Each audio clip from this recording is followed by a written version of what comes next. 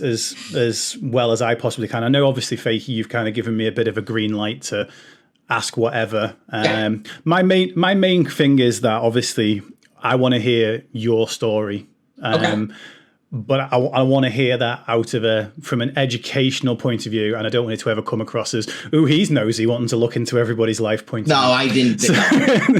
That never occurred to me. And that's kind of like the way I want to be coming out with my questions. So if any of the questions do go like too far, just be like, hard pass. No problem.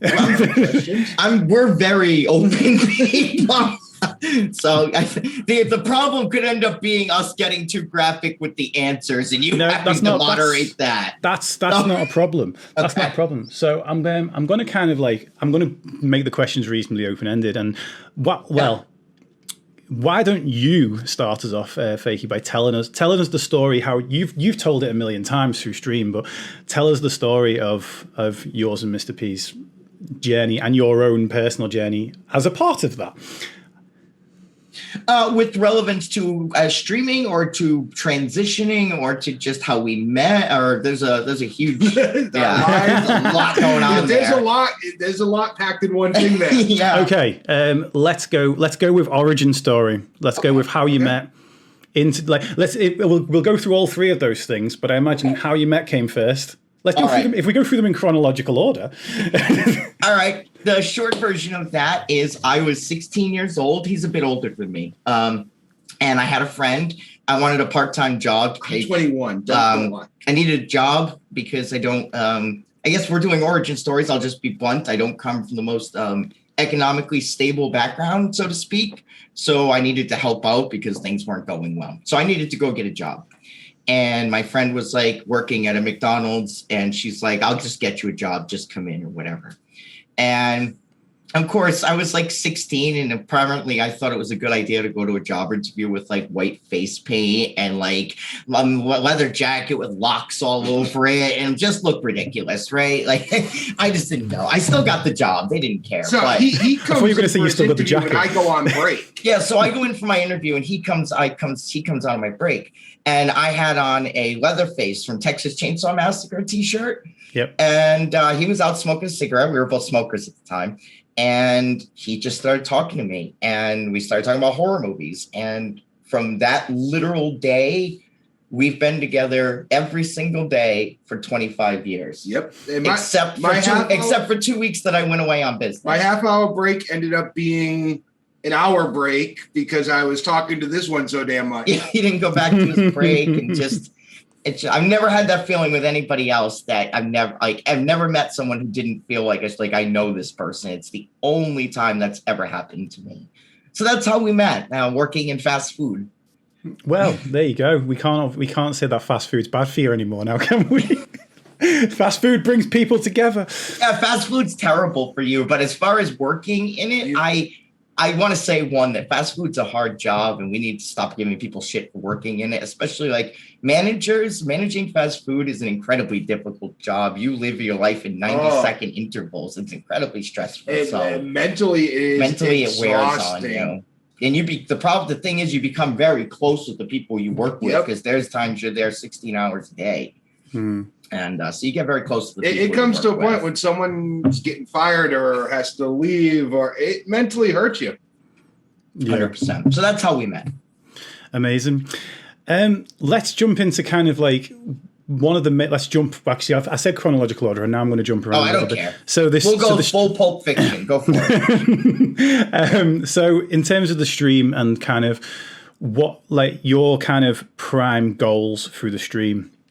Is kind of to normalize gay affection and to normalize the dual goals. The first overriding goal of the stream is to tell people they matter. Yeah, that's right here, like numero uno. That's what I was meaning by dual goals. It's the most important thing we do, and I think part of what normalizing affection between us and other people and being trans and those kind of things fall under the umbrella of you matter, because once you have a feeling of individual worth and value, then you can take the next step of trying to live a life that's authentic to you. Yeah, absolutely. So throughout those 25 years, where was your transition within all of that? Actually, I didn't transition until I was quite a bit older. So I'm 40, and I didn't transition until I was 34. I think I was 34. Could you type Modern Poet for Blushing? Oh, thank you. So you don't have to do that, but sure, that melts my heart. Thank you. I didn't even. I've not got my mods up to speed today either. You have a wonderful community. I think you'll be all right. And don't worry, if you need one, you just put a sword on me real quick, and I got you. So I didn't transition until I was 34 or so. I always knew there was something. Well, you were always. It was always something. Like just I can't place this thing. Something's not right. The issue became for me anyway, and I don't want to go too far down a rabbit hole, but I have complex post-traumatic stress disorder from an abuse history.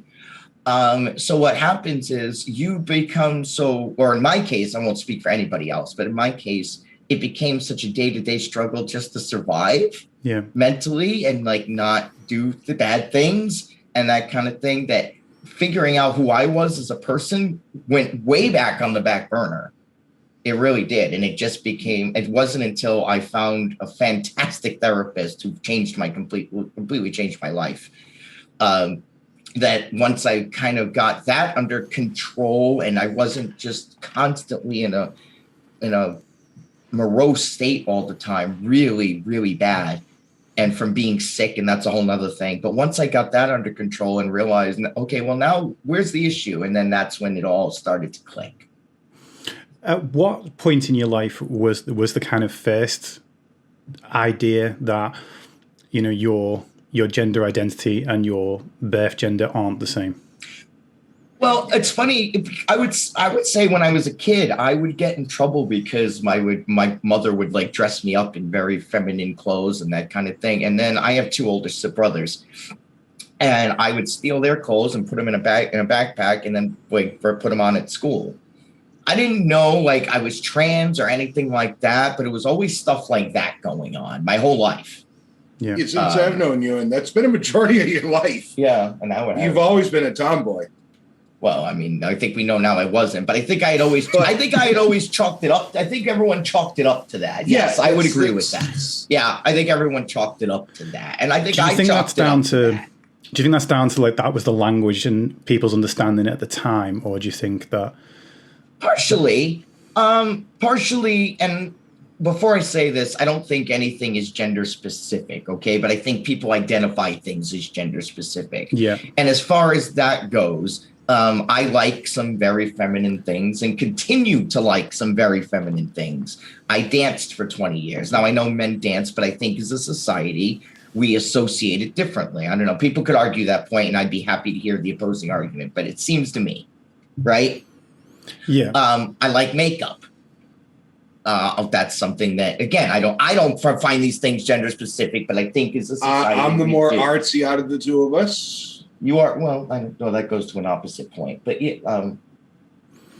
I'm saying I think because I had this dichotomy of it wasn't so. If you just take things on that front, right? Yeah. And it wasn't just so clear cut because I did have these feminine attributes to me. Yeah. If that makes sense. I don't know. It's hard to explain. Yeah, it makes a lot of sense. I wasn't someone who knew from a lot of people that I know have known their whole life. That wasn't the case for me. But once I figured it out, it was like the two of us were like, well, it seemed like a no shit Sherlock kind of moment. Yeah. You know what I mean? Like one of the things when he came out, a lot of people have asked the question always. So when's Mr. P leaving? That's the first thing people ask is when I are we getting divorced? But he's the same damn person I met when he was 15. And I'm a lot happier. Like if he suffered through a lot, I'm just going to leave it at that. Like I put him through a lot. That actually, Mr. P, is one of those kind of aforementioned one of the questions I mentioned earlier, which might be kind of this is a question for you. I'm going to go grab my dog real quick. Okay. As you can hear, the puggy gets the pug doesn't poet pug doesn't want this question to be answered. Okay, I didn't hear the question because It's okay. Sorry, because Fakie had the headset away from me. It's okay. So yeah, that was this. As I said, this was one of the questions that is very much one of those, the ones that I kind of really want to know the answers to, but was really concerned that this falls into the being a nosy British guy kind of point of view, which is there is not a thing you can ask us that we're going to go, well, there might be a couple of things, but they're all getting way over Twitch's guidelines. So. Amazing. So what you've just said in terms of, he's the same person, how given the transition and things like that, what did that change the way you defined your own sexuality?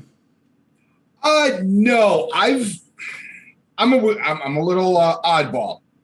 Even when I was younger, I never saw gender. I've always said, hey, if I'm attracted to someone, I'm attracted to someone. If someone, like I said, I'm very artsy. If you're a male who does art, that doesn't mean you're gay. If you're a female who wants to play football, I'm not going to say, what the hell are you doing? I've never believed in that stuff. Never. And I'm old, so back in my time, it was very, this is what you do. But I never believed in it. I think when Fakie came out to himself even, it was such a shock to him that I was just like, yeah, and okay. The only thing that it changed in my life is he was happier. Am I supposed to be acknowledging chat, or do you want to acknowledge chat? I don't know. I don't want to step on toes. No, but I see a comment in chat. I actually didn't warn anyone about this. Normally we have this up in there. I guess I'm just used to streaming and having to answer chat. It's the thing is I want to use this. They normally have this. I want to use this particular interview for the podcast. So when we're doing podcast ones, generally what we do is we have about 45 minutes with the guest. And then we kind of come to chat, and I've just realised that I was just, as Sean pointed out earlier when he accused me of fangirling, it's like I was just fangirling a little bit too hard when the two of you came in. So yeah, Fakie can't hear me. I just want to say to what, I don't want to talk over him, so. Okay, you go. Okay. I just want to say to what Up the Challenge said, people's assumptions of gender roles are weird. I remember the confusion when I was advertising my self-defense and martial arts, people were confused. I really don't know why. I want to say, too, that it can work when people are very supportive of you as well. It's not always a malicious thing. I want to say this. A good example is when I transitioned, we don't have a lot of money. Okay. So I didn't have clothes or that kind of thing. My sister-in-law and my brother were incredibly supportive of me. And my sister-in-law took me shopping. And when I went shopping, I made the comment of, oh, that's something was super cute or something to that effect. And she's like, well, you're not going to be able to talk like that anymore. And I was like, oh, actually, I'm going to talk however I want. But it's funny how it works. It's not always like a malicious thing, like, oh, you need to be doing male things. That's just the way we're taught, right? So she couldn't be more supportive of me, but she still had that moment of, well, this falls into this role and you fall into this role now. Yeah, I think we came from an age where people were just starting to come out. Yeah. Even big celebrities. Freddie Mercury was what, 70? And he never, first of all, Freddie Mercury never came out. Yeah, but what was he, 70s what? Wait, he died in 91. So, what's the point? When was he most popular? In the 80s, 70s, and 80s? 80s. So he never came out. Don't let me finish. All right. Boy George. You get all these people who were very feminine that were our role models. David Bowie is a good example. But still came out as male. Mm-hmm. So I think in my head, I just went, well, if they can dig that and still be a male, or they can dig that and still be a female, well, why the fuck do we have to put a label on? Excuse my language. It's fine. Well, why do we have to put a label on it? Yeah. And I think that's what set up for... I mean, God, I knew Fakie so long before Fakie transitioned, and empathize. You think nothing will make you feel better because. I just want to say to Miracle Prawn that it's part of why we stream every day. It's part of why I try to make my interactions with people different, because I spent my entire life in a black hole thinking that every horrible thing in the universe that happens is somehow because I spawned it and willed it to happen. And then I just constant depression, constantly waiting for this minute to end. I'm warning you horrible. until Fakie actually reads this out. He's going to answer every single chat. Yeah, sorry. I'm sorry. It's fine. It's basically your show now. So no, this is your show. You're kind enough to have us on. I'm sorry. I always say that. I like it when the guests do all the work. Wanting the people to feel valued and recognized. You know, Okay. If they want to ask a certain question, they're going to @mindset by Dave. Okay. And then he'll respond. I know the rules. Otherwise, he'll catch up at the end. I'll get you some behind on chat t-shirts set up. That's why I told you I'd be a terrible guest. What's your definition of terrible? This is amazing. What's your definition of terrible? This is amazing. This is amazing. It's unconventional approach to a conversation, but wait, look, can you turn it so Fakie can hear me? Turn the headset. So, can you hear me, Fakie? Yes. Yeah. So there's a reason our community, we only recently renamed our community to Diversity. It was the Dave Cave, which was just a roll off the tongue kind of name, but it's called Diversity, which is short for neurodiversity. And we basically, through this channel, we have people with pretty much every mental health condition in the world, and we all talk in very different ways, and we all and some of us get derailed by chat. I know I do, which is why it's on a different screen right now, because if I see that, it's going to derail. So we absolutely 100% expect that. There's a guy called Beat Cleaver in the chat who I talked to him earlier. A couple of times. He's absolutely amazing, and he has ADHD. And the conversation that we had was supposed to be 45 minutes and went for 2.5 hours. I'm not quite sure we tied up any of the loose ends, but it was magical. So I don't want you to be you say you want people to know that they are valued. Know that you are valued, not despite who you are, but because of who you are. Exactly. So don't we in fact, I'll distract you a little bit by doing this, but if I do that, that should work. Okay, cool. We don't do shame around here. We don't either. And that comes down to, and I get told off for this the most, that comes down to the streamer shaming themselves. Oh my God, I'm the worst one. We're the worst. That's we're constantly going, you got to practice what you preach. Yep. Like, we generally try to be on every single day. And when we take a day off for just going out and doing stuff ourselves, or even a doctor's appointment, we feel so guilty about it, but we bitch at them. Hey, take care of yourself. Enjoy your day off. The hypocrisy is everyone's a hypocrite about something, but we're trying. I think it comes down to we're not used to giving ourselves permission for things.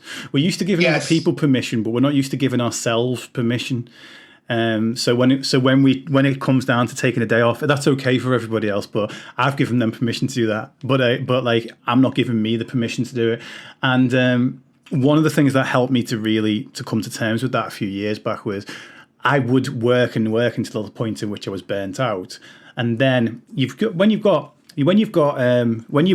to that point, you've got, like I say, you've got two options, which are you've got option 1 and option 3, which is like, why am I saying 2 options if there's 3? Option 1 is you take the time off and you recuperate. Option 3 is you plow through and just try and man up through it, or like pull your socks up through it. This is one of those situations where being chronically ill has taught me a lot. It sucks, I'm not gonna lie to you, but the lessons that I've learned is the sense of, if I don't take care of myself, I can't take care of anybody else. Yeah, and for absolutely. me, that's I can't handle that. Whereas if you've been watching our stream lately, you'll know I've been working 56 hours a week plus streaming at least 4 hours every day. Yeah. So I've been doing option 3, and finally we got someone in, so I actually got some days myself. But we have been trying to. The streams have been a bit shorter. and that kind of thing. So we're trying, but it's really, if you don't, it sounds so cliche. If you don't take care of yourself, you can't help other people. If you're wondering because people ask questions about my eye, I have a disease. It's basically like multiple sclerosis or Lou Gehrig's disease. It's a demyelinating disorder of the central nervous system, and a couple of other underlying issues. And so it's been a long road, and it took me a long time to learn the lessons from it instead of just having life devastated by it, because life was devastated by it. I lost my house. I lost everything. That I never understood. When Fakie got really sick, really sick. Yeah, they put me in a hospice, tried to tell me I was going to die. Everyone kept saying to me, so when are you leaving? And I'm like, isn't that when you're supposed to be there the most? Like that stuff never made sense to me.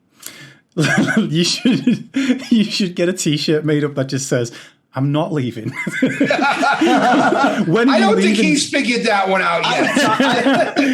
That seems to be him to leave. I was like, I get it, because when we got together, like I was the breadwinner. I had a good job. Like life was pretty good. We had a little house with a couple of dogs and just very mundane, boring life that I always wanted, because my life growing up was not boring, and I always wanted just boring. And then when I got sick, all hell broke loose, and then we're still trying to recover. But and then things like this happen where I lose my train of thought because my memory is quite bad now. So, but I'm trying to learn the lessons, and I'm trying to not make it all in vain. It can't all be in vain. I refuse.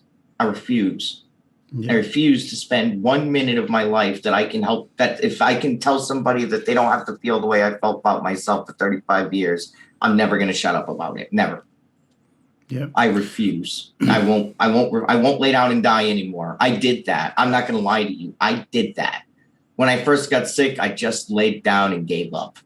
The depression was too much. Being sick and I love to work, and not working was just probably one of the most devastating things that ever happened to me. And I just laid down and died for a couple of years, to be honest with you. So I'm not ever going to tell you that it was always like this, but I'm not doing it. I'm not doing it. Amazing. No, I think. Sorry, rant over.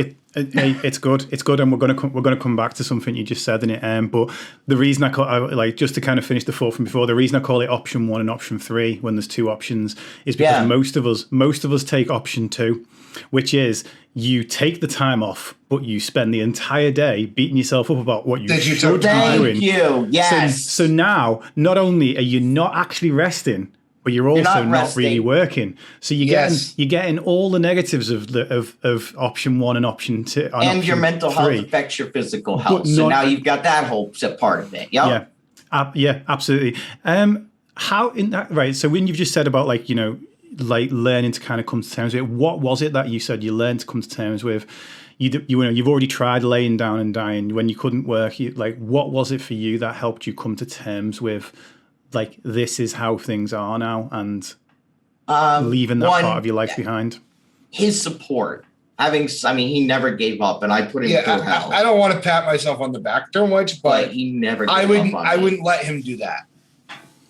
When he couldn't walk, I would carry him. I'm not letting you lay down and die. I tried. And the other thing was I found a magnificent therapist who I clicked with. I had gone to therapy before. It had never worked. But I was at the point where I was willing to put the work in. Basically, the short version of what happened is, because I have PTSD and other things, when I first got sick, they basically just said to me, it's a conversion disorder, go to a therapist. And my answer to that was, fine. I don't care if it's a conversion disorder. I have no pride in this situation. If I go to a therapist and I mentally get better and I'm physically better, I'm happy. I wanted that opportunity to make myself better. And I went to therapy and I found someone, and I was willing to put the work in, because therapists don't fix you. Yeah. They guide you and help you, give you a toolkit to which you put the work in. Yeah. 100%. And I was finally at the point where, and what did I have left to lose? I think that was a big part of it too. Where did I have left to go? We had no house. I didn't have my health, I didn't have any money, I didn't have a job. I had him, and that was it. And believe me, that's huge. Don't get me wrong.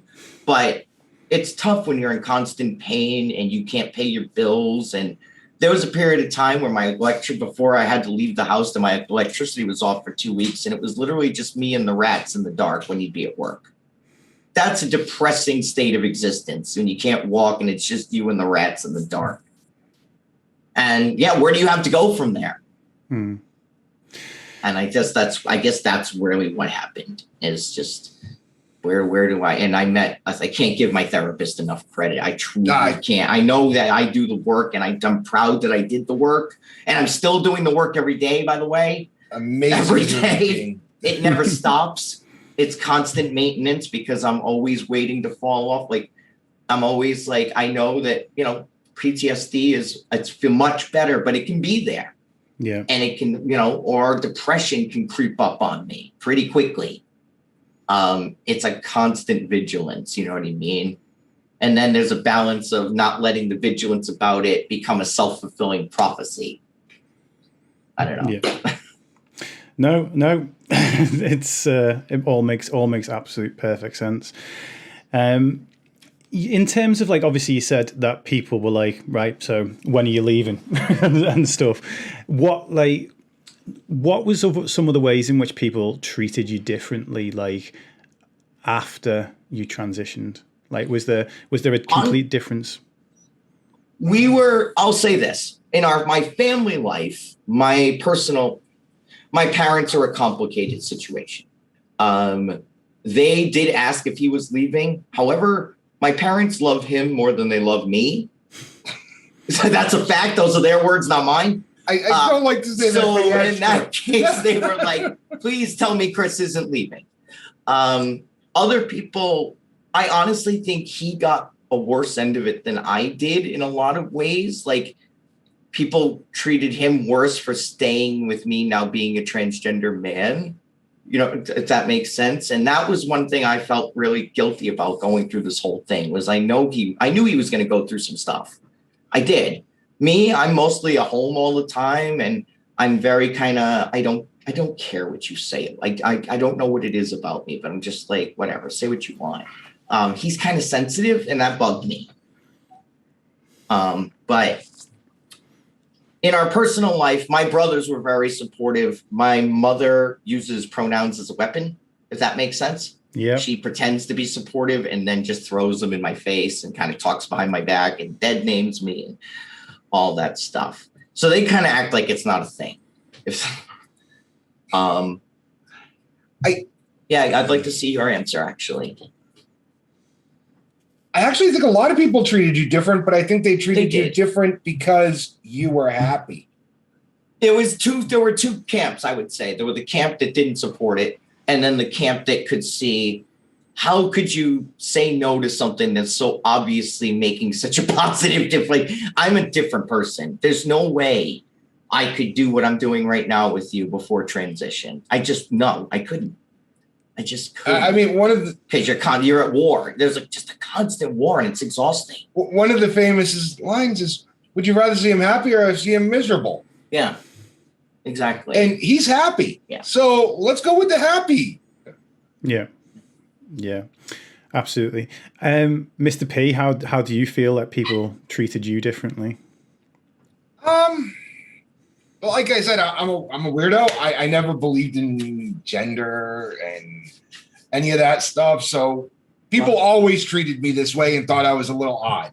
Okay. It's just when Fakie came out, they're the bigots that came down harder. I didn't listen to him. I never listened to him before. So to me, it didn't change anything, but except that my spouse was happy. Yeah. And that made a lot to me. That helped me with this person's now making homosexual jokes at me. And it's like, before they wouldn't. Well, okay, go frick yourself. I'm the same person I was 2 days ago before you found out. Yeah. It didn't change who I was. It just changed who they were. Yeah. I like that. That's a very powerful line. It didn't change who you were, was it? Just changed who they were. Fakie, you talk a lot about, obviously, and Mr. P says you were just happier. Can you talk us through what it was that made you happier, like what that feeling was like? Here's the best way I can describe it. It's like if you hadn't realized it, but you'd been spending. I like Rubik's cubes. Okay, imagine you'd spent your whole life trying to feel that feeling of satisfaction. You're trying to jam a puzzle thing into place, and no matter how hard you work and how hard you get the other pieces to go, it just won't. It won't fit. Life doesn't fit right. Yeah. If that makes sense.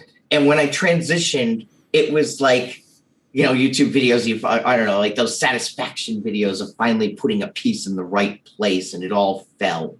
It all just fell. It completed a puzzle. Is the best way that I can describe it. And it's a piece I never had before. And no matter what I did in life, it always felt like I was constantly turning wheels and cogs. And no matter what I did, life just never ended up in the right position, no matter how hard I tried. And the relief, the huge feeling of relief. And I remember actually being so happy, but at one time in my apartment, I literally fell on my knees on my couch and sobbed for maybe an hour and a half, maybe an hour and a half. I just sobbed and I didn't know why at the time. It was just those hatcheting sobs, you know what I mean? Yeah. And it was relief. It was a catharsis. Was that particular? I don't want to even use. I'm going to not say transition for this, because obviously transition is the whole process. But was that mental transition, that moment where from I'm unhappy to the moment where the puzzle seemed to fit? What was that moment for you? That moment was when I actually remember the very specific moment. I was doing therapy. My therapist was cool enough. She would come in her car sometimes, and we would sit outside my apartment in her car, and she'd let me smoke. I smoked at the time. And we were talking about gender and that kind of thing. And she just asked me, "Do you have a gender?" And I answered, "No, I don't think so," because I'm transmasculine technically. And that was the first time I'd ever said it out loud, or anyone had ever posed the question to me. And she was like, "Are you transgender?" I was like, "Yes." It was like the minute someone asked me, at the right moment, at the right point in my life, I could see the car still. I could see what the house looked like and everything. The minute someone asked me the right question at the right moment, there was the right answer. And I think being in the right community would help people. Like when we were going through the whole process, we were looking up online groups like everybody does. And I found myself being alienated because I didn't fit in with any group, right, which was causing me stress. And then I finally met this group that was just open to everybody. And I'm like, okay, screw that group. This is what I'm feeling. And this is what I want to be with. When we were discovering like the trans communities, some of them were, you're cis, you can't be here. Yes. You're this, you can't be here. Unless you do I think this, what he's referring to is kind of gatekeeping within the trans community. And it became so harsh, I felt vilified for not having a label on anybody. Yeah. Because I don't like that I've never had. I mean, like I told you before, as a kid, I didn't see it. So I never put labels on anybody. We're just people. Yeah. So when I went into the group and there's all these labels and stuff, and I'm like, well, I don't fit in anywhere. And that brought stress to me, but finding a group that was accepting of everybody and just wanted to help people be happy, I was like, okay, yeah, this is why we went through this whole thing, to be happy. Do you have a label now, or do you just choose to not have one? I don't. I personally don't. Do I have a label for myself? He's never. He refuses. I really. I don't. He will answer you. I'm me. Yeah, exactly. If you've watched our stream, unfortunately, you've heard this a couple of times. I just go, I'm me. Yeah. Because I think everybody is individual on what they feel and think. Mm-hmm. So to put grouping labels, I kind of feel like that's separating a community as opposed to bringing it together. It's like rock and roll, okay, music. You got rock, you got country, you got rap. Why can't I like all three? Yeah.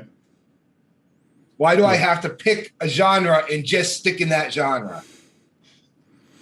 Yeah, it is. It's. I love the fact that you've always thought like that. I have, and it's, believe it or not, it's made me a very big oddball. Well, it's because like the thing is, like if we never thought in those terms of having to put labels on things, for example, like let's go back very, very historically. Everyone's pronoun would be they, them. From like, yes. Because it'd just be like, because if we once upon a time put a label on that, a name had to be different. It's like my wife comes from Eastern Europe. She comes from Latvia, and I always said that I wanted to like I always considered taking her surname because her surname was Sarkane, and Dave Sarkane I thought was a great name. That's an awesome name. I know, it's an awesome name. Apart from the fact that they wouldn't let that, I wouldn't be allowed to have that because Sarkane is the female version of it, and Sarkanis is the male version of it, and therefore I'd have to be like Dave Sarkanis. And the funny thing is, the only reason that she took my surname was because she fully took my surname because she couldn't have a female version of it or something back in Latvia, and so because the letters didn't match or something, it'd have to be with a K. It'd have to have an annotation on the end of it to change it. But this is the thing, is like we've with these labels, if we were to travel back in time and like when someone decided to come up with the he she pronouns and just be like, let's just stop you there. It's like, let's just roll with they for the whole of time and then just see how this whole thing pans out. People don't realize that so much of the time you're using they pronouns anyway. Yes. Yeah. If you go to I've worked in, reception and that kind of thing, and I'm like, okay, what's the client's name? How old are they? I mean, you do it all the time. Yeah. Someone's left their keys. Like, exactly. You do it all the time. If someone was to have left their jacket, you might make a guess as the gender of the person based on the gender of the until you've seen someone. So many Once times. you see someone, you put so much prejudice on them versus their appearance. Mm-hmm. That now you start labeling them. Yeah. When you don't see this person and there's no contact, it's a they, them. Yeah, this is the idea. Yeah, this is not new. And I think this is why I never got into that, because I was like, I didn't believe in judging people on their appearance, their actions, their anything. I think it's because we've been judged so much because me being sick, it took long to get taken care of. I'm covered in tattoos. I've been told I'm just a drug addict, blah, blah, blah. I've never used drugs. You are based on your appearance. I have dentures now, but before I could afford dentures, people are so mean to you when you have bad teeth. They'll call you a fucking a meth head. They'll call you just every name in the book, and they'll just make assumptions about you. And, I come off as the scruffy hobo, but we look. The reality is, I'm the most caring person. And I'm not trying to pat myself on the back. But I've been told this through my years. I'm one of the most caring people know. Mm. Well, people. He cut his hair. He's not Hagrid anymore. I make judgments on me for my appearance because I'm 6'2" and I'm also covered in tattoos. And I like to wear flannel shirts. So when I used to have a shaved head, I look a hell of a lot like a white supremacist.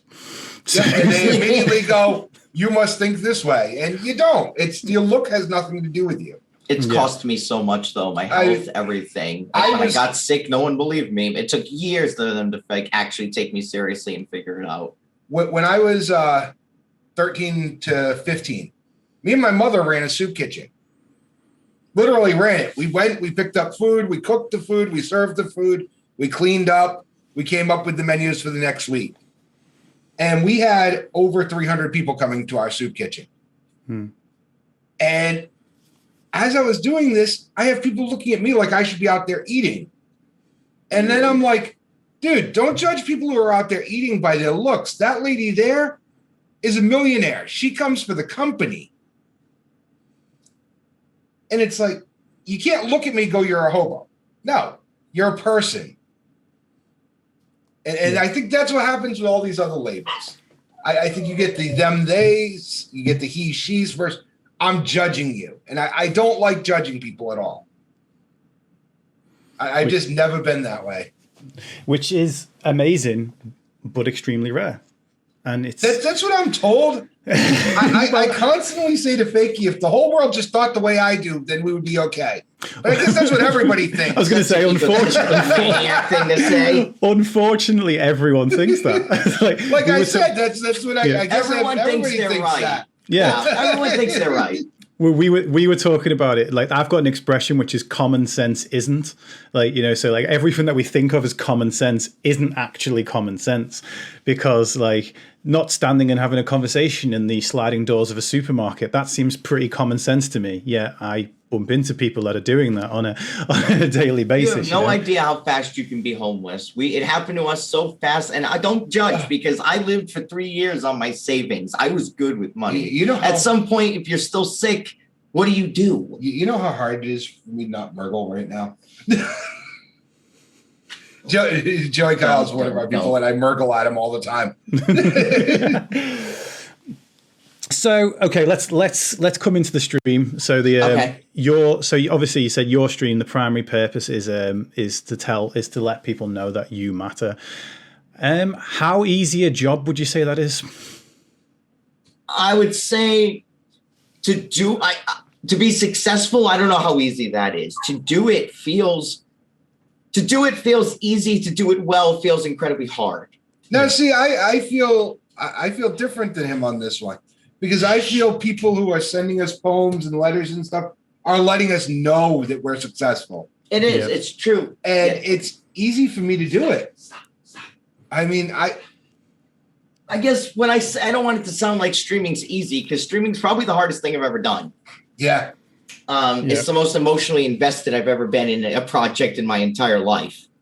But if the measure of success is people being affected, then we are honored, because we get a lot of messages telling us that our stream has changed people's lives. I've got a message saying that someone didn't take their life because of it. When you get messages like that, you better take it to heart. You better realize that this is a human being with a beating heart who was in that moment of pain. And in that moment of pain, you help them. And just thinking about it gets me. To me, the easiest thing to show someone they matter is to try to do it. Everything else should flow with. Either they're going to feel it or they're not. If they're not, you work harder. Yeah. The reason for this question, is we went before obviously we started having this conversation today. We have a bunch of streamers within my community, and a lot of us we want to have that positive impact on people. And one person, and they're not listening now because they've gone to bed. They're in Australia, but I know that they'll watch the rest of it later on. So this is kind of for them. They asked me earlier on, like, how do you deal with it if people don't take your advice? If people, because the thing is, you would people ask for advice. Like the ratio between people asking for advice and the people who ask for it and take it, or even people who ask for support and take the support, it's not 1-to-1.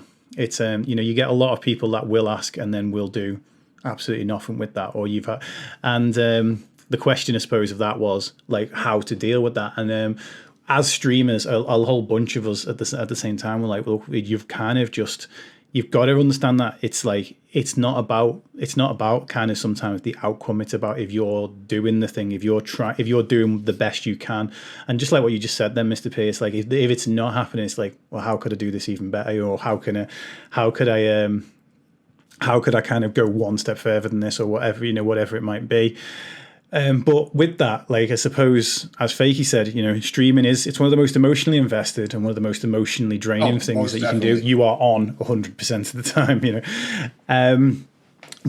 how did the pair of you kind of deal with that?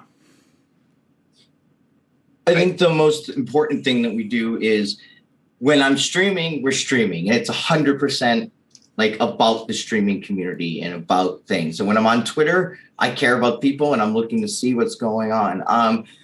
I think one of the big things that helps me, one, he works a lot. So it's easy. It's not easy, but he has to shut it off and just leave it behind. Yeah, I have to go to work and concentrate on work. Mm-hmm. For me, I could sit. I don't. I'm pretty strict about it. 6 p.m. the computer goes off typically, and then that's reading time, or that's playing the guitar time, or that's and then we have family time on the days that he has off. So I think I'm really strict about personal time, and I think that helps a great deal. But when I'm streaming or I'm on social media, then I'm always available. And my DMs are open. Like, I'm always there, whether I'm streaming or not. So it's really important that I take that time out of my schedule to say, this is personal time. And to me, at least, and I think Fakie too, a lot of the people that we know, like you, and I can name about 1 million other people, they're themselves. Yep. And I want to get to know these people and work with these people and make these people feel better. I don't want a character. Yeah. I'm not a character. I'm me. I mean, Fakie can tell you, I act the same off stream as I do on stream. Same. I don't change myself because I don't think I'll make a difference in someone's life if I'm being fake. You won't. And to us, that's what this was about. Originally, I'm playing Hearthstone with some friends anyways. Let's do it online and see if, hey, we can get other people to have a good day. And the hardest part, I would say, is the feeling of if someone comes in and you try to give them a place to breathe and it not feeling like you made their day better. You know what I mean? Like feeling like they still left sad. That's taxing. Yeah. I'm very proud of the fact that Fakie has personally taken trolls that have come in to ruin a stream and they've become community members and nice community members because of how he reacted. Now that's amazing. It is. If you can take someone who's coming in to troll you and destroy you and make them part of you, that's saying something. You're doing something right.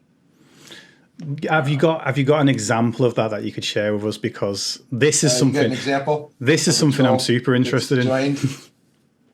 Yeah, there was one during Darksiders that came in and was trying to troll me. Dave might remember exactly about what, but my sense of this person was, most people who are trolling are hurting inside. Right? So I won't tolerate them being mean to chat at all. I won't tolerate that. But if they kind of mess with me, then I don't care. And also I want to see, like, why are you doing it? Are you doing it because you're just hurting inside and you need to be seen? And that's been the case 3 or 4 times. I mean, I've been streaming 5 years, so that's not a huge amount, but it has happened. Yeah. That's amazing because, again, one of the big things that comes up a lot is essentially it's not all about just working with your existing community and your echo chamber and the people that think the same way as you. That's great for building your community and making your community feel bolstered up. But really, if we want to see change in this world, we're not doing it by just working with the people that already agree with us. We're doing it by changing people. And that's the thing. On that. And that's the thing. When you talk about growth, I think people hear it as, oh my God, I want to just be a really big streamer, make a lot of money, and yada, yada, yada. And it would be great if Mr. Poet could make a living streaming, okay? That would be amazing. But it's more about how many more people can I tell they matter, right? That's the want to grow so badly, is the want to just have more people, just thinking about it. Like, I just want to tell more people, you are more than the actions of your worst day. Take responsibility for what you do, learn from it, but you can be more. Yeah. Yeah. And, we've got a lot of community members who are homebound or don't get out much. And being in our community is giving them a chance to reach out to other people and talk to other people. It's not just our community. It's any community. I should say that. Yeah, it's not us. It's especially right now with everything going on. There's people who are in lockdown and can't leave and say hi to someone, but you can come on Twitch and go, hey, humanity, what's up? And I think that makes the world a difference in someone's life. Well, it does, and it makes you remember that there's a lot of responsibility if you're going to be someone's only human interaction for the day. It is. You're going to change the whole face and complexion of how they feel for the day, about themselves and about the world. We take our role very seriously as streamers, and we believe we have to be role models. No, I wouldn't say that. I'm trying. You can't come on and go, well, you're all fucking assholes, and then expect you to go and share kindness with people. We're definitely not role models. I can't make that clear enough. All right, I said it wrong because should I call him an influencer? You definitely don't want to be us because I would be the worst influencer on earth. You want to have no money, be renting a house, owe medical bills. Yeah. Sure, come on in. But look, okay, but that's on. Those are on a few different metrics of life that you've just chosen to say. And I think that's a big thing too. It's what metrics to exactly you equal success. Now, if you're talking about treating people with respect, treating people with kindness, treating people with empathy on those metrics, then fuck yeah, you're role models. And it's like, and that's the whole thing is like, you know, there's all, I could definitely pick on, if I wanted to, I could go and pick on all the things that make me a terrible role model.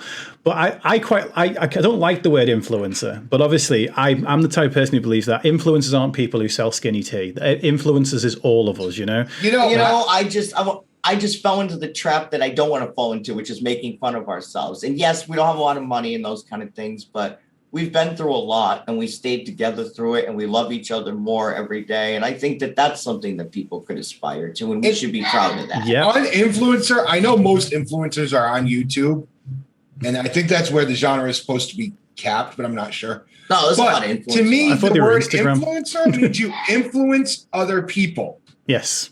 Which we do every day when we're on stream. Absolutely. And I think that's kind of everybody's an influencer. I guess we just never think about it that way.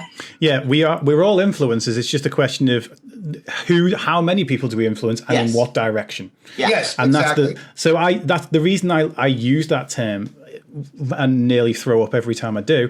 I was just going to say every time you say it, I get this little I'm with you because spasm. It's you weird. think I don't like it. You think like the beauty community or... Well, no. I just feel like... You know what it says to me is that you feel kind of presumptuous about yourself, like, oh, look at me, I'm a fucking influencer. Like, most people who are influencers are the ones who come on and talk shit about other people. And to me, that's just the opposite. Obviously, it's purple. I love it, purple. I like it doesn't pop the way I wanted it to. I got a teal one as well, but that really didn't pop. But no, I think it's what you were saying before, Mr. P. I think it's we do have to understand that when we are when we're putting ourselves publicly, we are, whether we like it or not, whether we identify as an influence or not, we are making influence, and therefore the influence that we make, we want it to be good. We don't want it to be, as you said, people that go on and say you're a bunch of arseholes and all the rest of it. To steal a term, we all got to take the word influencer and make it be what it should be. Taking influence people positively. Or influence people to making their own decisions. Can we make a community YouTube video called Reclaiming the Word Influencer? Oh, I love it. I would go down such a rabbit hole and I would get hit by him so many times for stuff I say. But my dog does not want to calm down. She's 15, like she's just bratty at this point. In seriousness, I mean, who would you rather have influencing your life?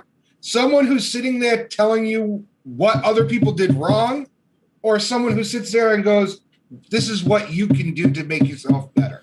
Oh, definitely the second one. About 14 months ago, I created an episode of my podcast called Don't Tell Me to Don't. Because when you tell people what not to do, they're most likely to do it. Well, they're most likely to do it, but also it doesn't inform them on what to do instead. So you know, basically, if you even think of like signs, don't touch wet paint, it's like must stroke the wall, but it doesn't inform a person on what to do instead. And really, if like, for example, when like what Fakie was saying before, if someone comes into the chat and treats you with disrespect, if you just kind of like say to them, well, don't disrespect me, block, ban, gone, it's like, then that doesn't really tell the person on what to do when they go into the next stream. People aren't going to learn by accident on these things. You also gave them the negative reaction that they're looking for.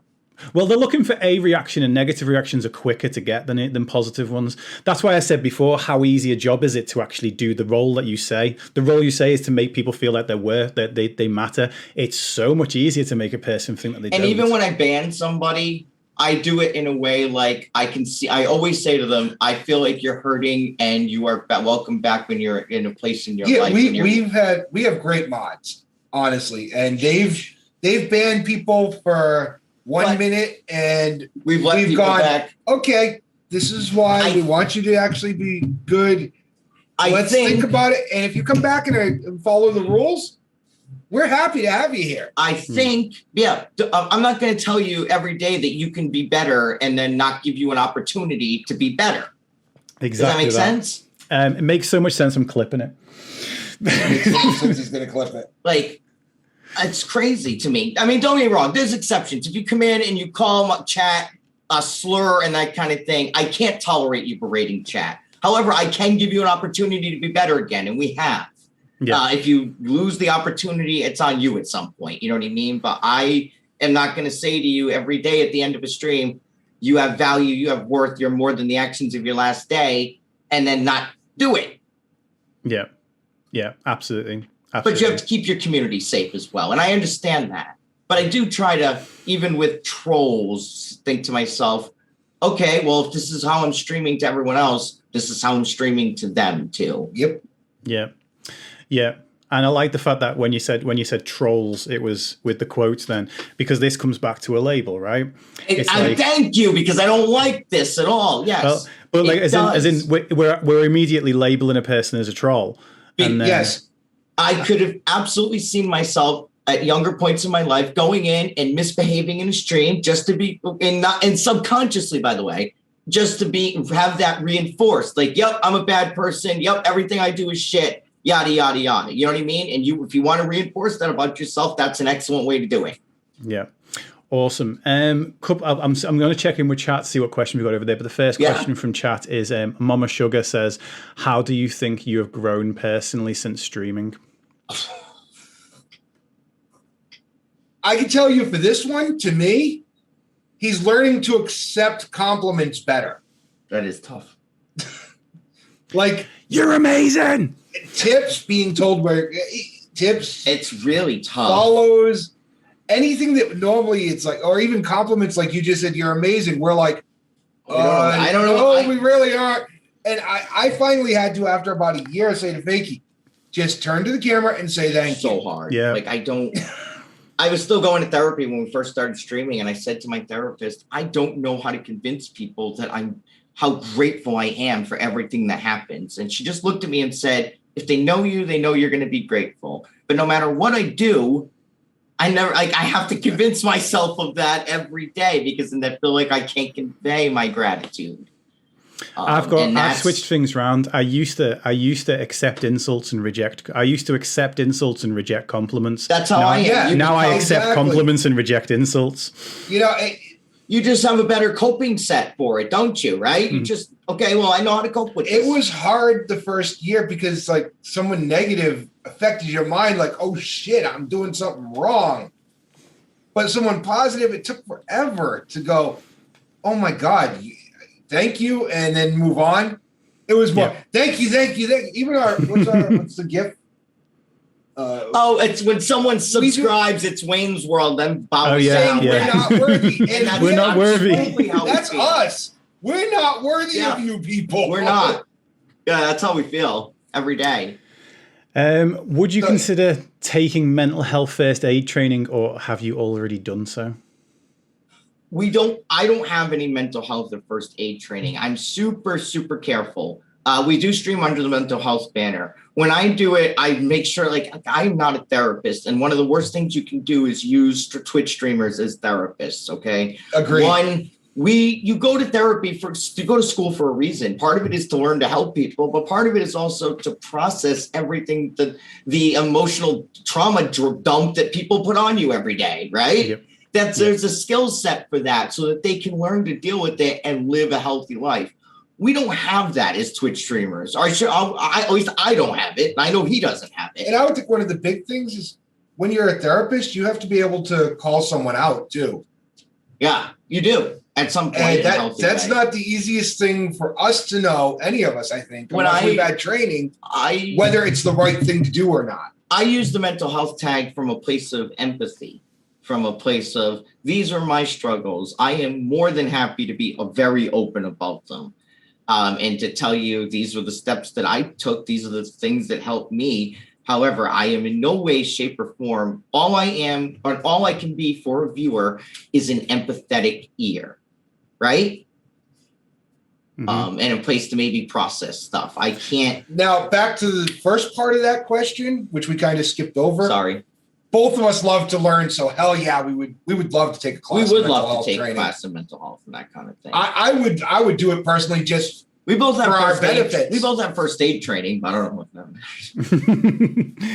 that Yeah, I've got mental health first aid training and suicide prevention training, but still, a stream, it doesn't give that one-to-one environment. Like I'm it's hard to do.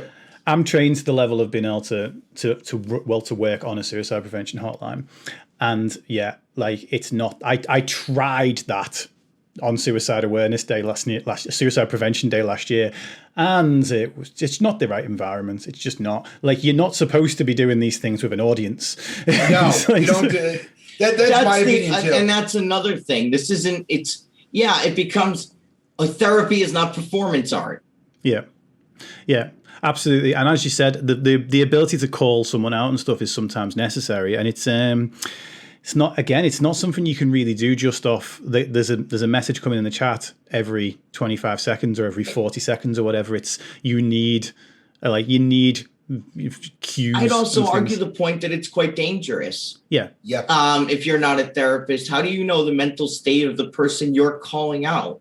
And I think that's more of what my fear would be is, I might give you the wrong advice that might push you further away from where you're trying to get to. Yeah.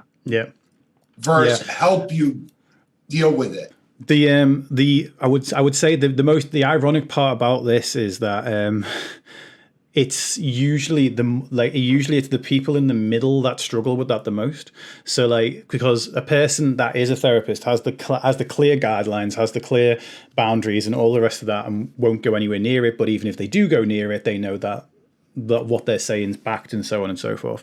But then you often do get the person who wants to help as much as possible, that doesn't have necessarily the knowledge, but is quite willing and ready to kind of throw that out, whatever, put it out there, whatever they've heard or whatever they've said, and it's the problem with it is that we end up with this. I feel that really anyone that is welcoming of people with mental health, it's almost like the tag needs levels to it. And I know we're going back to labels again, but I would wholeheartedly agree with that. Yeah, I'm with you on that. I personally have been to probably 30 therapists in my lifetime. I've met one I've clicked with. The others, some of them did more harm than good. Yeah. This one was amazing. How many? You've been to a few in your 4 or lifetime. 5, and the one was the one you found the one that clicked. Someone who hasn't been to school and doesn't have all this knowledge, if I'm the one that clicked without the knowledge, I don't have the right materials to give you. Yeah. There's also and I agree with the degrees of the tag, because I would consider us a mental health stream. We talk about it, it's not something we avoid. But I also play video games. Yep. You know what I mean? I also do, there are people who are just strictly mental health. There are people who are exploiting it for views. It's just, and there are people giving out for mental health. That's a good point made in the chat, and I wholeheartedly agree. And it's there are people giving mental health advice because they've had psychology in college. Guess what? I had psychology in college, and we're not giving. I'm not giving anyone mental health advice versus an elementary college course. Besides the things of, if someone comes in and they're upset, take a breath, put your feet on the ground. I mean, the basics. Just help somebody calm down. Yeah. But beyond that, and having a sense of empathy and telling people I think our mental health is basically sharing our own fight with mental health issues. I think mental health is the same as first aid, okay? If you're in a car accident, someone who knows nothing can help first. Someone who's a CNA can help second.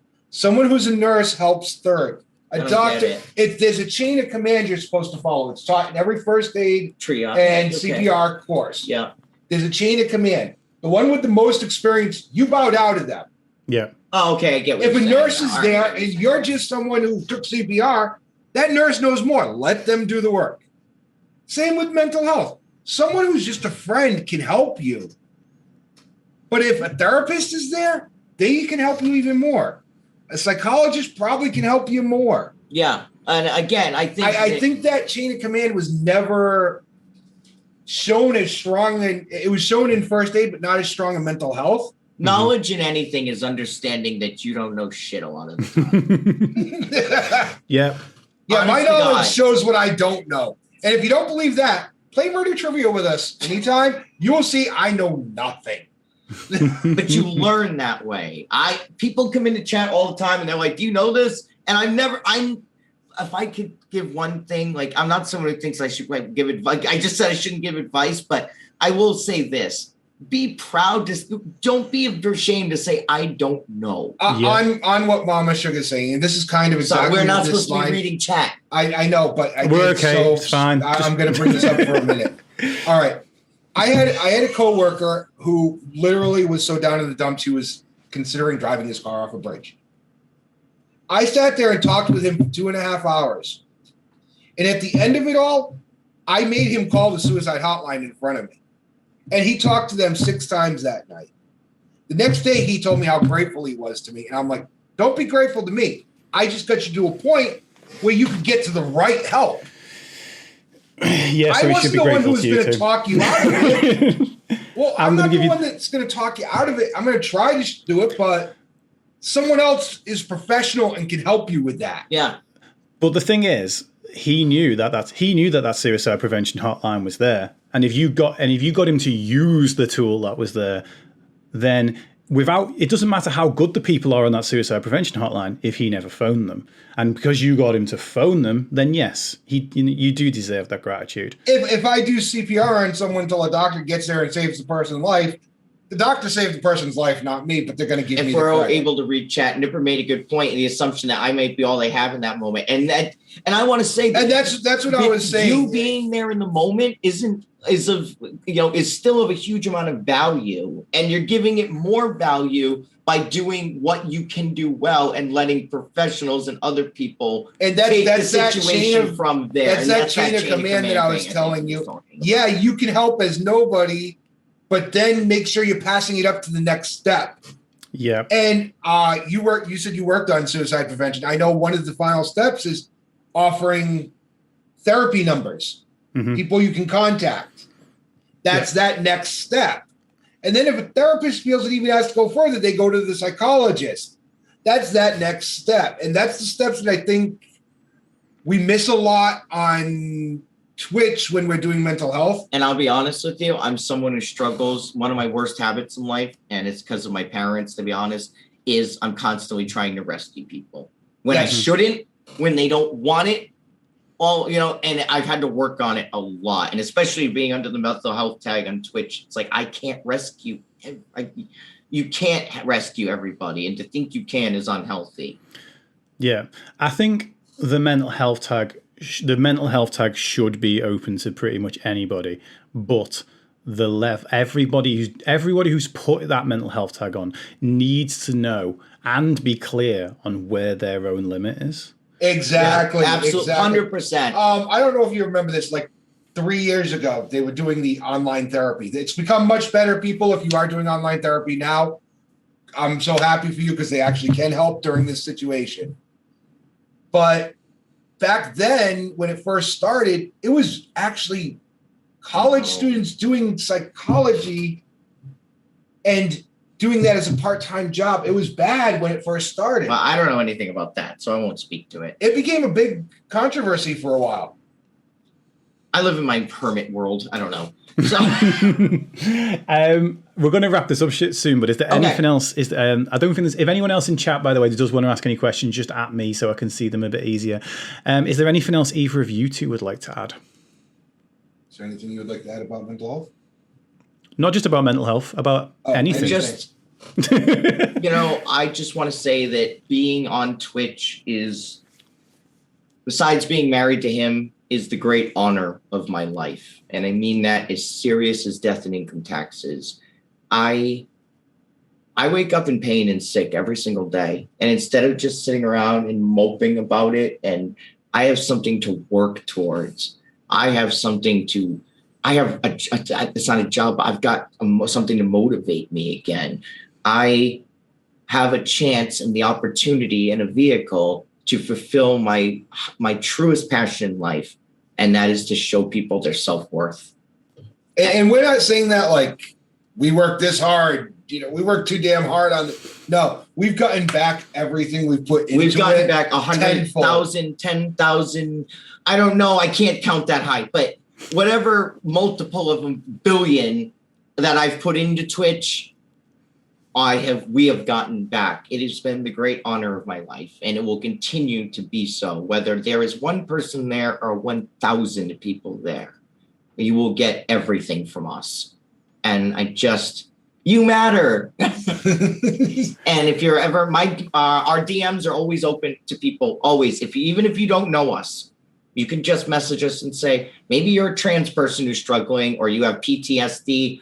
Or you just want to say, you just say, I need an empathetic ear to something. My DMs are open. We are not therapists. We just made that real clear. But what we are is good listeners. If anybody out there is struggling to the point where like they really need help and they can't get to anybody, if you don't know the suicide hotline numbers, you can call 411, or in UK, I know it's 999. And it's emergency services. Emergency services will get you to the hotline. Yeah. They won't say to you, hang up and dial this number. They will transfer you directly to the hotline. Yeah.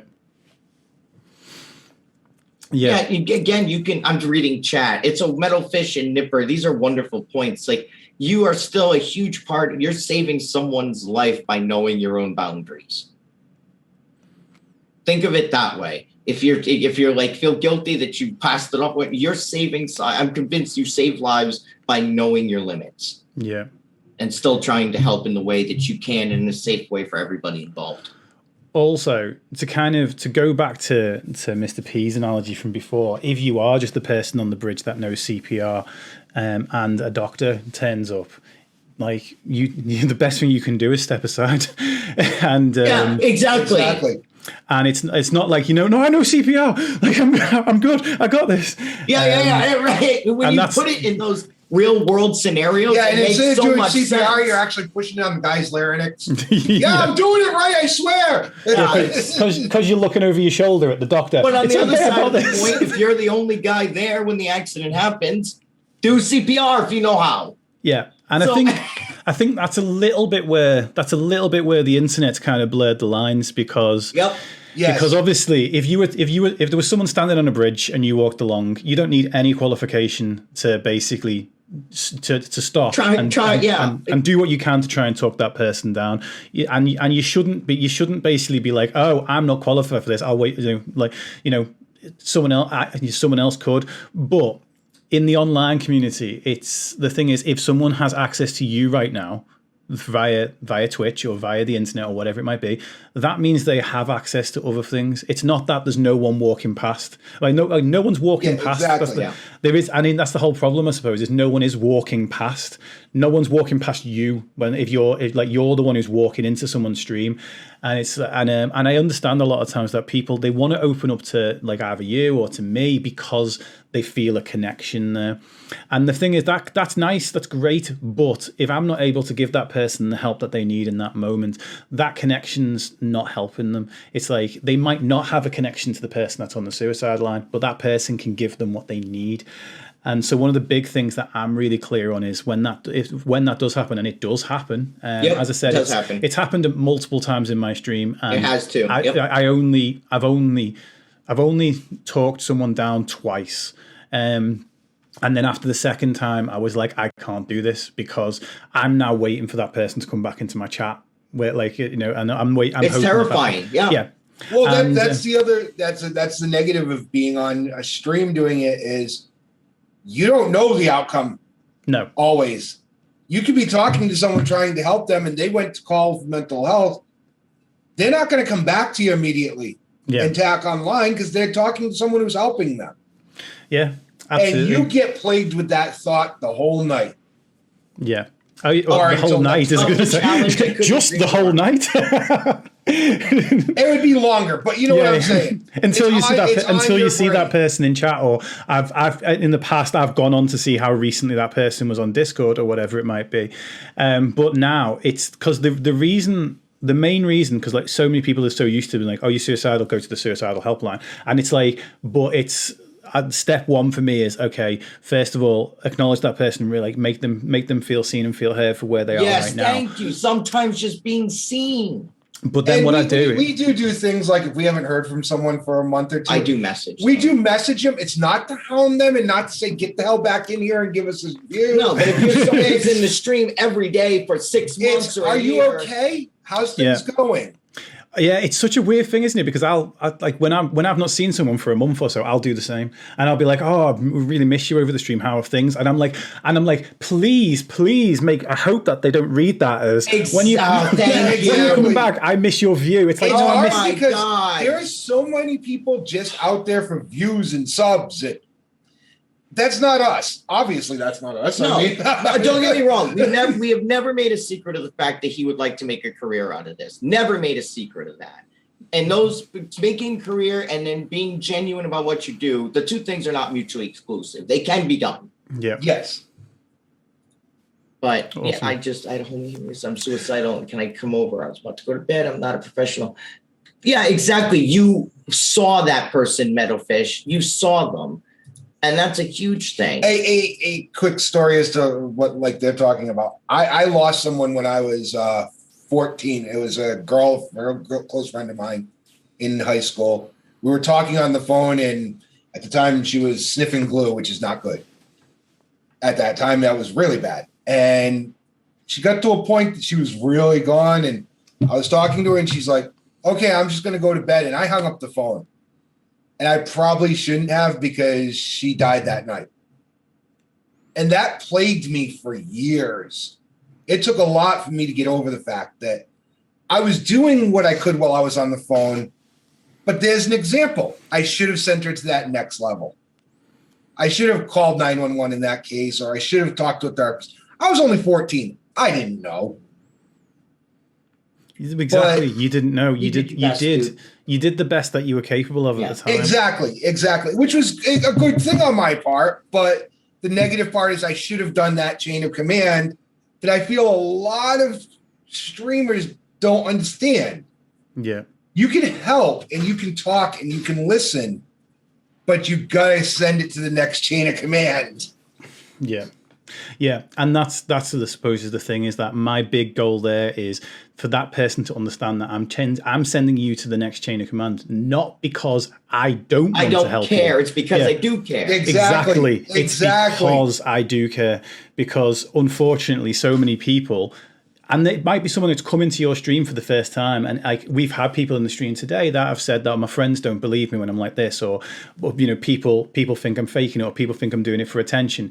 If you come into someone's stream and they just go if you don't empathize first and just say, here's the suicide number, it's like that person now feels passed on one more time. You know what? If that person was just being that person, so to speak, as they're putting it, it's that one time that person isn't being that person.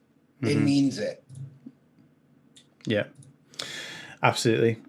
Blushing, if you want to pop that link directly in here, so anyone who's in chat now who's not in the Discord can literally find it as well. It's it's a link to a streamer mental health kit. I think, is it from Take This that I've done that, or is it from somewhere else? It's from one of the it might be from Geek Therapeutics. That's maybe? Really nice of you. Up the challenge. When that pops up, yeah, I'm gonna grab it. Grab it and save it so we can watch it later. Okay. Oh, it's Guardians Mental Health is who it was. Yeah. Thank you. I just bookmarked that. Thank you. Guardians Mental Health are the ones that do Geek Therapeutics. Well, no, they're not, maybe they're not.